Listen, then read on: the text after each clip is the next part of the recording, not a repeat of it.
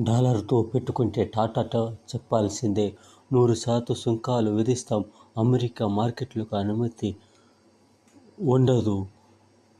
Bricks కూటమికి Trump హెచ్చరిక. ఈ విధంగా డాలర్తో పెట్టుకోకూడదు, చూసుకోకూడదు. నిజమే.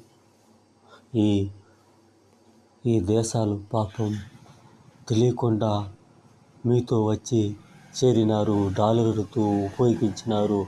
డాలరు ఎంత భయమో తెలుసుకోవాలి. ప్రపంచ దేశాలు డాలర్ జోలికి పోకూడదు.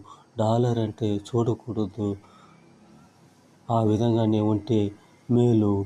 ఈ బ్రిక్స్ వాళ్ళు హుషారుగా ఉండండి. డాలర్ జోలికి పోవద్దండి.